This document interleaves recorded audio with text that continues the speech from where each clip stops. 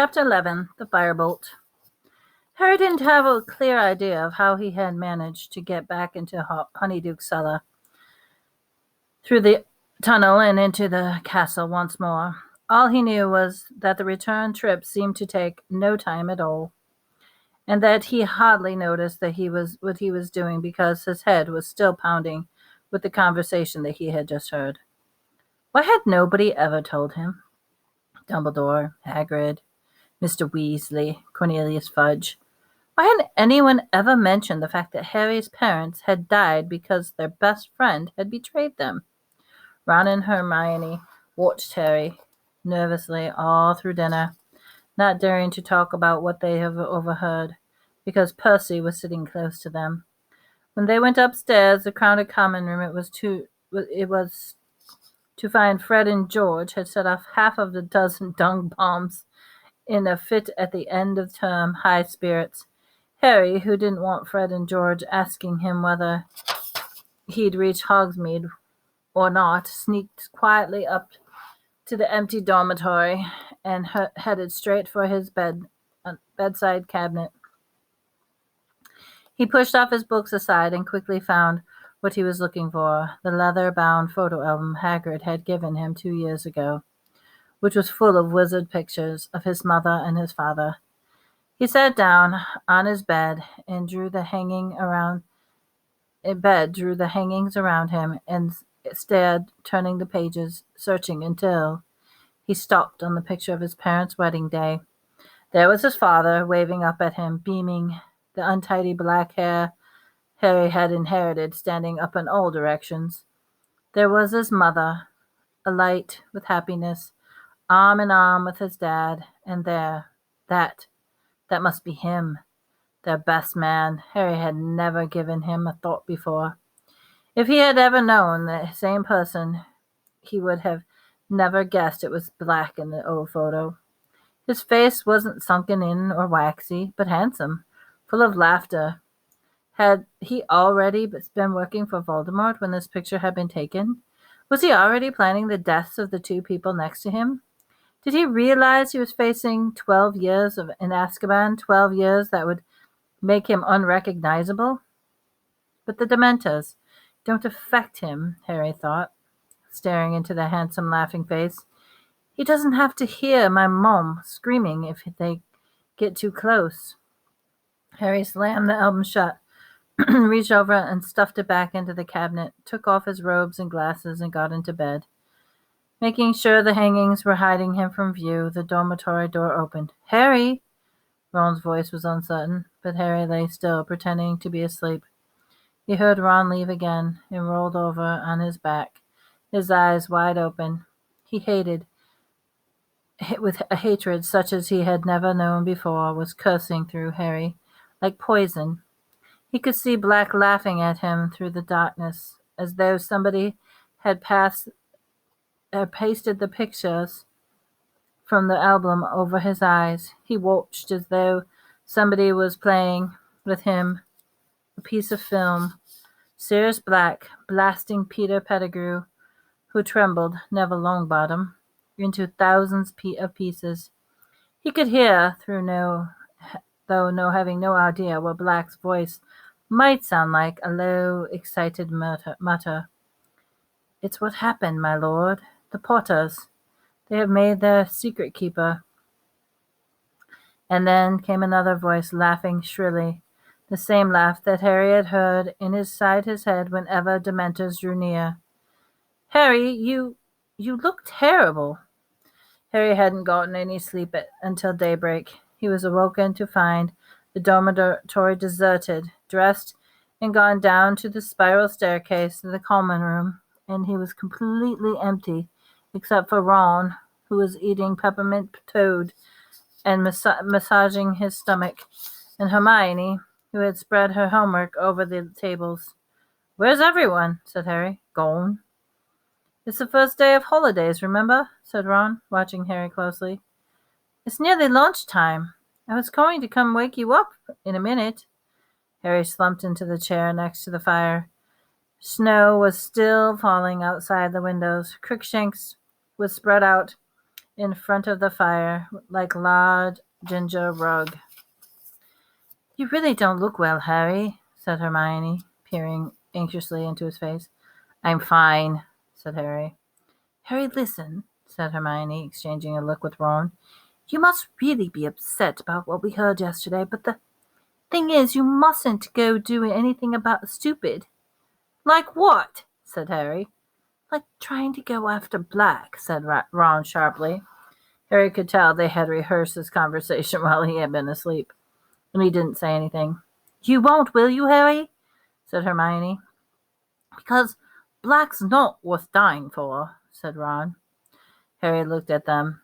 They didn't seem to understand at all. Do you know why I see and hear what I hear and see every time a Dementor gets near me? Ron and Hermione shook their heads, looking apprehensive. I can hear my mom screaming and pleading with Voldemort. And if you'd heard your mom screaming like that, just about to be killed, you wouldn't forget it in a hurry. And if you found out someone who was supposed to be their friend of theirs betrayed them and sent Voldemort after her, there's nothing you can do, said Hermione, looking stricken. The Dementors will catch Black, and he'll go back to Azkaban and serve him right. You heard what Fudge said. Black isn't affected by Azkaban like normal people. It's not a punishment for him like it is for others. So what are you saying? Said Ron, looking very tense.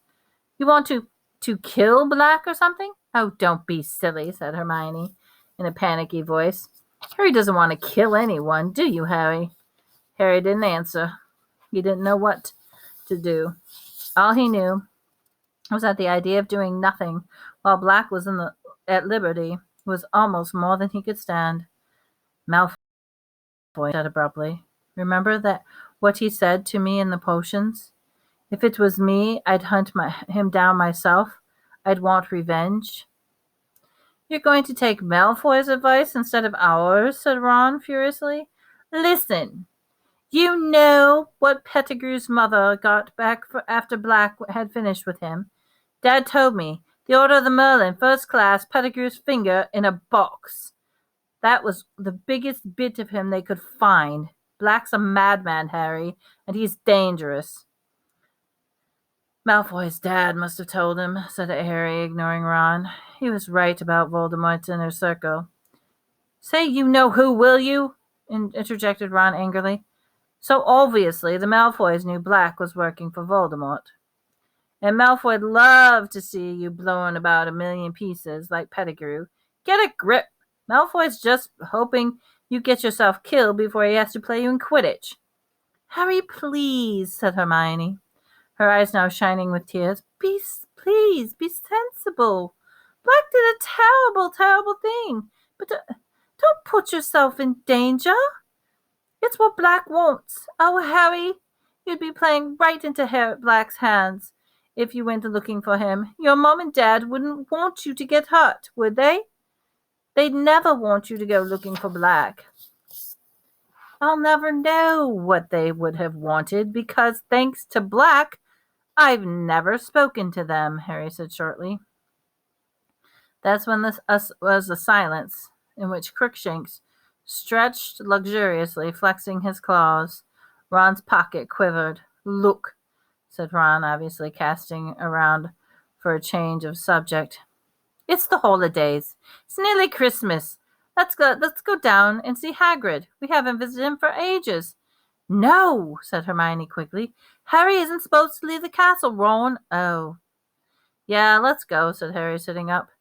And I can ask him how come he never mentioned Black had told me about my parents. Further discussion of Sirius Black plainly wasn't what Ron had in mind.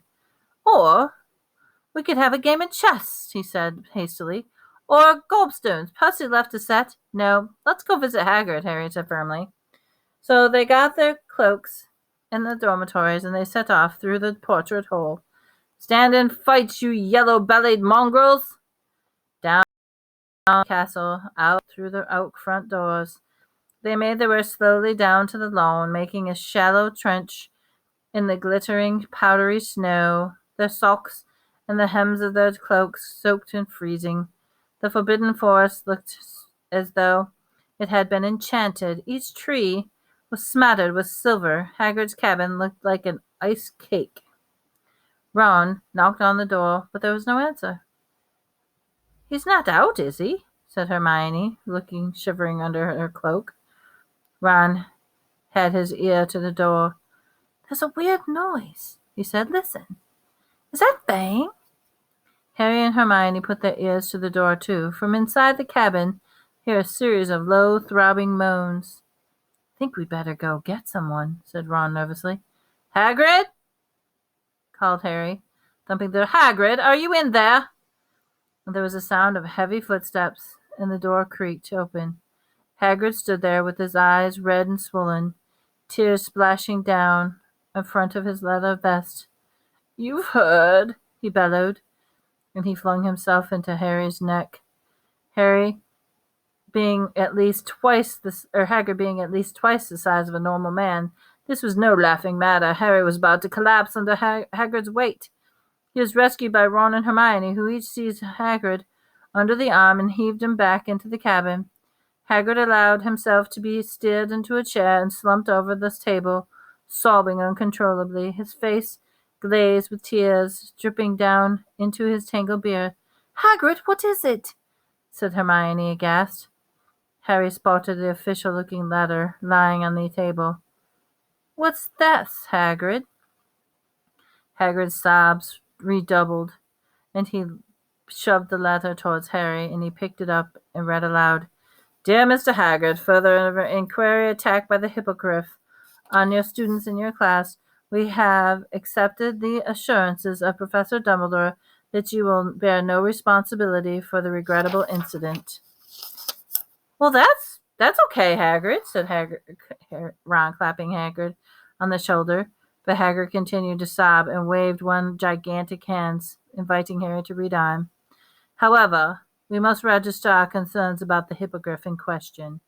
We have decided to uphold an official complaint by Mr. Lucius Malfoy, and matter that will therefore be taken to the Committee for the Disposal of Dangerous Creatures. The hearing will take place on April 20th, and we will ask you to present yourself and your hippogriff at the committee's offices in London on that date. In the meantime, the hippogriff should be kept tethered and isolated. Yours in fellowship." There followed a list of school governors. "Oh," said Ron. "But you said Buckbeak isn't a bad hippogriff, Hagrid. I'll bet he'll get off." "You don't know them gargoyles, a committee for the disposal of dangerous creatures," choked Hagrid, wiping his eyes on a sleeve. They've got it in for interesting creatures." A sudden sound from the corner of Hagrid's cabin made Harry and Ron and Hermione whip around. Buckbeak the hippogriff was lying in the corner, chomping on something that was oozing blood all over the floor. "I couldn't let him tied up out there in the snow," choked Hagrid. "Home at Christmas." Harry, Ron, and Hermione looked at one another. They had never seen eye to eye with Hagrid about what he called interesting creatures, and other people called terrifying monsters. On one hand, they didn't seem to be any particular harm for Buckbeak. In fact, Hagrid's usual standards, he was positively cute. "You'll have to put up a good, strong defense, Hagrid," said Hermione, sitting down, laying a hand on Hagrid's massive forearm. "I'm sure you can prove Buckbeak's safe." "Won't make no difference," sobbed Hagrid. "Them disposal devils, they're all in Lucius Malfoy's pocket. They're scared of him. And if I lose the case, Buckbeak—" Hagrid drew his finger swiftly across the throat and gave a great wail and lunged forward, his face in his arms. "What about Dumbledore, Hagrid?" said Harry. "He's done more than enough for me already," groaned Hagrid. "Got enough on his plate with what's keeping the Dementors out of the castle and Sirius Black lurking around." Ron and Hermione looked quickly at Harry as though expecting him to start beating Hagrid for not telling them the truth about Black, but Harry couldn't bring himself to do it. Not now that he saw Hagrid and this miserable and scared. Listen, Hagrid, he said. You can't give up. Hermione's right. You just need a good defense. You can call us as witnesses. I'm sure I've read about any case of a hippogriff baiting, said Hermione thoughtfully. Where the hippogriff got off, I'll look it up for you, say. Hagrid and see exactly what happened. Hagrid howled still more loudly. Harry and Hermione looked at Ron for help. Shall I make a cup of tea? Said Ron. Harry stared at him. Well, it's what my mom would have done if someone's upset, Ron mustered, shrugging. At last, after many more assurances of help, with screaming and mug of tea in front of him, Hagrid blew his nose in a handkerchief the size of a tablecloth and said, You're right. I can't afford to go to pieces. Gotta pull myself together. Fang, the boardhound, came timidly out from under the table, laid his head on Hagrid's knee. Ugh, I've not been myself lately, said Hagrid, stroking Fang with a hand and mopping his face with the other. Worried about Buckbeak, and now no one liking me classes. We do like them, lied Hermione at once. Yeah, they're great, said Ron, crossing his fingers under his table. How are the flubberworms? Dead, said Hagrid gloomily. Too much lettuce. Oh, no, said Ron, his lip twitching. Ah, them Dementors make me feel ruddy terrible and all, said Hagrid, with a sudden shudder. Gotta walk past them every time I want to get a drink to the Three Broomsticks, like being back in Azkaban. He fell silent, gulping his tea. Ron and Harry and Hermione watched him breathlessly. They had never heard Hagrid talk about his brief spell in Azkaban before. After a pause, Hermione said timidly, Is it awful in there, Hagrid? You had no idea, said Hagrid quietly. Never been anywhere like it, though.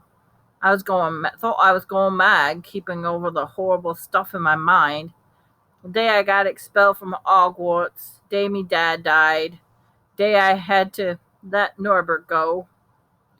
His eyes filled with tears. Norbert was the baby dragon Hagrid had once won from a game of cards. You can't really remember who you are after a while, and you can't see the point of living at all. I used to hope I'd just die and sleep my sleep. When they let me out, I was like being born again. Everything came flooding back. It was the best feeling in the world. Mind the Dementors were keen on letting me go. But you were innocent, said Hermione. Hagrid snorted. Think those matters to them? They don't care. Long as they've got a couple of hundred humans stuck there with them so they can leech all the happiness out of them, they don't give a darn who's guilty and who is not. Hagrid went quiet for a moment, staring into his tea. Then he said quietly, Thought of just letting Buckbeak go, trying to make her fly away. But how do you explain a hippogriff? It's got to go into hiding. And I'm scared of breaking the law. He looked up at them, tears leaking down his face again. I don't ever want to go back to Azkaban. The trip to Hagrid's, though far from fun, had nevertheless had the effect Ron and Hermione had hoped, though Harry had by no means forgotten about Black, but he couldn't brood constantly on revenge if he wanted to help Hagrid win his case over the committee of the disposal of dangerous creatures. He and Ron and Hermione went to the library the next day and returned to the empty common room laden with books and a map, that might help prepare the defense for the Buckbeak. The three of them sat there in front of the roaring fire, slowly turning the pages and volumes of famous cases of marauding beasts, speaking occasionally when they ran across something relevant.